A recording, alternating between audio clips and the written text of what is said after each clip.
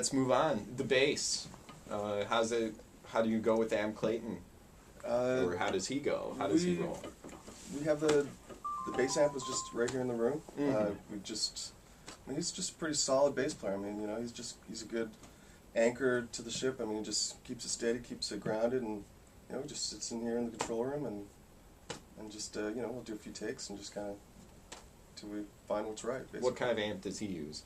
You know, he was switching between a couple different ones. He had his regular go-to, and then we were trying this new company, the Aguilera. Okay. Which that was something we did actually with Matt from Blue October. The bass player from Blue October is using those, and we had a lot of success with that record with his bass sound. So we actually had Adam try that, and we would just kind of go back and forth between different sounds. I mean, right. You know, there's really no for sure thing what we used all the time. You know, are you miking the bass amp? Or are you going direct at times? I usually do an amp and a DI always. Why is that?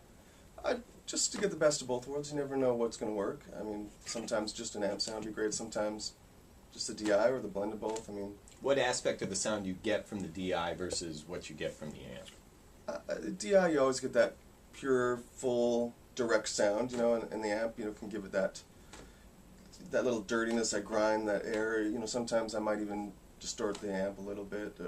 Either mostly post, so you can mess with it. But right. Which mic do you use?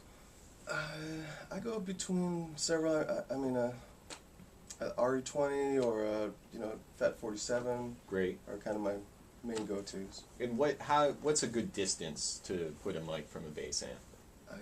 I tend to maybe about 6 inches or so. Just give it a bit of room to breathe. Just get a little bit of air. Some people told me to put it a lot further back, so they'd let that 12-foot sound wave go or something. I mean, that's the one thing with recording is there's really no rules. There's no right or wrong. I mean, you know, I'm sure you talk to many different people who everyone's got their thing. You know? Right.